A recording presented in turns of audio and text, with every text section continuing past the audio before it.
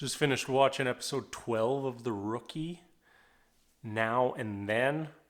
We're not as hype as last week for our return after the winter break.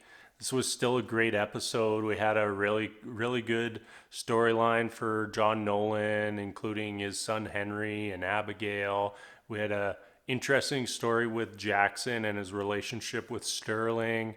And then we see Lucy really going through PTSD of all the events that happened last week and living with her new tattoo on her body. Let's just start there. That was kind of the big thing from last week. Lucy got saved after being abducted by the serial killer, and he left her with a tattoo on her ribs of her day of death. And she can't stand looking at this thing and is really blaming all her problems on this tattoo. And we see her, she's mainly with Angela and Harper this episode, and they're trying to work her back, ease her back into being a cop. And we see them trick her into going speed dating, and everything goes not bad till right at the end when one of the guys reaches out to touch her, and she kind of snaps, puts him on the ground, and we fully realize that everything is not okay with Lucy. She had a little heart-to-heart moment with Tim at the end of the episode. I'm kind of liking their relationship. We're starting to slowly see that Tim isn't as much of a hard ass as we once thought, but he's still a character that I think we were supposed to hate at the start of the show, and then as things have progressed, we just like her more and more with each passing week. Let's talk about John Nolan. So his whole story today revolves around Abigail, his future daughter-in-law, and she decides that she wants to be a cop and goes on a ride along with John and Tim. The whole story kind of went from, all right, let's convince her that being a cop's a bad idea, to sort of realizing that, maybe she'd be all right as a cop, to sort of feeling sorry for her because she can't be a cop due to her past as an arsonist and lighting her ex-boyfriend's car on fire. So it was an interesting storyline, and it kind of brought Nolan's family into it a little bit more.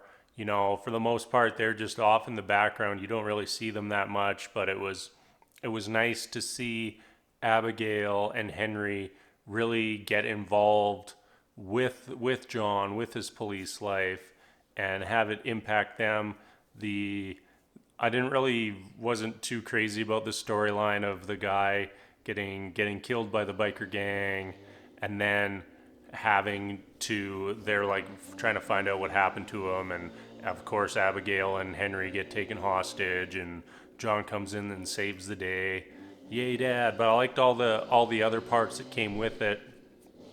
The sort of progression for both John, Henry, and Abigail through the whole situation, and really, I think it was probably, especially Henry's biggest glimpse into exactly what Nolan's life is as a cop and what he faces every day, and a little more about why he faces that. I really enjoyed this episode.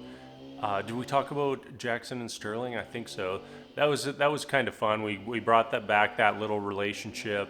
We see Jackson become Instagram famous from going on the red carpet with Sterling, and then immediately impacting his life as a cop, where he has 10,000 Instagram followers and immediately has 2 people recognize him on the street. I don't quite think that's how it works. 10,000, when you think there are people on Instagram with millions of followers, 10,000 is a drop in the bucket.